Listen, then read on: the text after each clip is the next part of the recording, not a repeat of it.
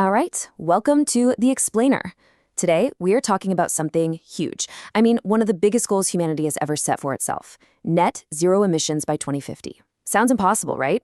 Well, the roadmap to get there might be a lot closer than you think. So, let's get into it. I mean, think about it for a second. What if, instead of you having to go somewhere to learn about a cleaner future, what if that future could literally come to you? Like a classroom that could just roll up to your town, your school, and bring the answers right to your doorstep. Well, believe it or not, that's exactly what we're going to look at first. It's this really cool, innovative idea for teaching people about the environment. And yeah, it's literally on wheels. Okay, check this out. It's called the Net Zero Future Pavilion. Back in 2023, the Tzu Chi Foundation did something amazing. They took a huge 40-foot shipping container and turned it into this incredible traveling exhibition. And this isn't your boring, stuffy museum tour. No way. The whole point is deep experience and happy learning. They use interactive games and cool digital stuff to make this big, complicated goal of net zero feel real, something you can touch. And honestly, they make it fun. And get this. The pavilion doesn't just talk about sustainability, it actually lives it. The whole thing is covered with 20 solar panels cranking out about 2 kilowatts of power. And it's got its own energy storage system too, so it's totally self-sufficient. It's a hub that's already practicing what it preaches before you even walk through the door. How cool is that? All right, so we've seen the messenger, this incredible classroom in a box. But now let's unpack the message. What is this whole 2050 net zero thing that this pavilion is trying to teach us all about? You know, at its heart, net zero is really just about one thing: balance.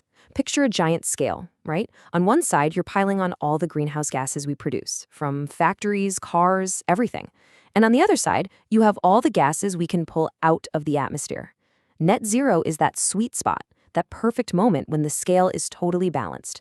It means we're not adding any more heat-trapping gases than we're taking away. So why the big rush? Why is this so important?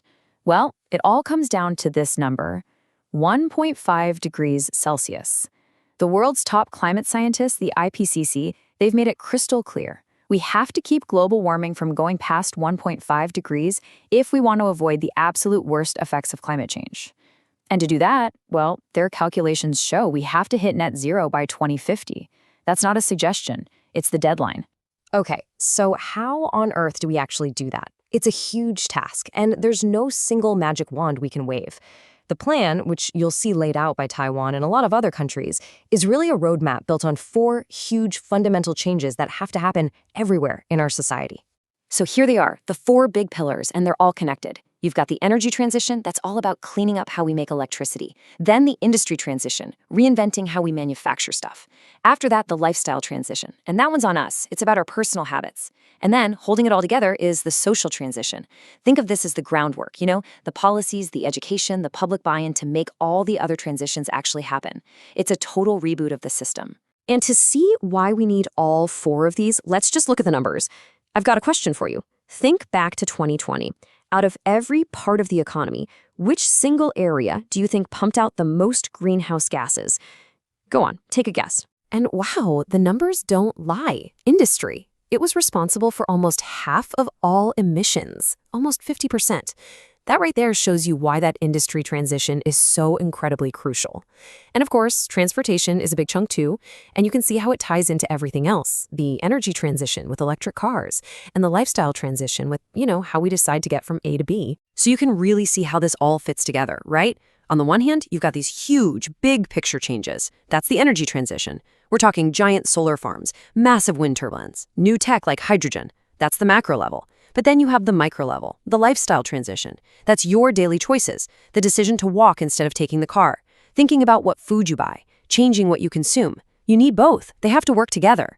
All those small personal changes are what create the momentum for the massive shifts we need in our industries and our entire society. Okay, but remember that scale we talked about? Just reducing the stuff we're putting on one side isn't enough. To really get it to balance, we also have to get way better at taking carbon off the other side.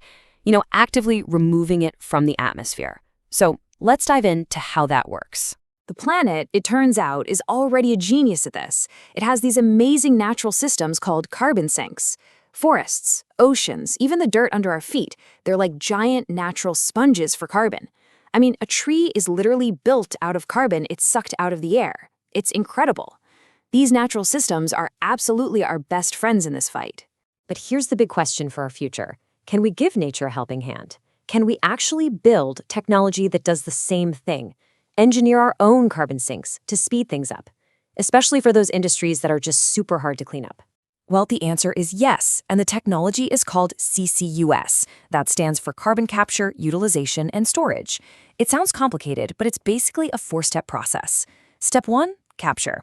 You use special filters to trap CO2 right at the source, like a smokestack. Step 2, transport. You move that captured CO2 in pipelines or on trucks. Step 3, utilize. This is cool. You can actually turn it into useful stuff like dry ice or even the bubbles in your soda. And step 4, the big one for long-term removal, store. You inject that CO2 deep underground into secure rock formations. You're basically taking the carbon and putting it right back where it came from. Okay, so we've talked about some really big ideas, right? From high-tech carbon capture to classrooms in a shipping container.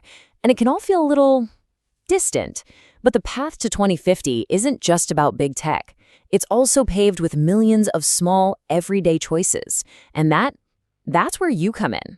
This is where we realize just how much power we all have. Let me throw a stat at you. Did you know that food waste, just the food we throw away, it's responsible for about 10% of all global carbon emissions? 10%. So choosing more plant-based meals or just being mindful and wasting less food, that's a powerful climate action right there.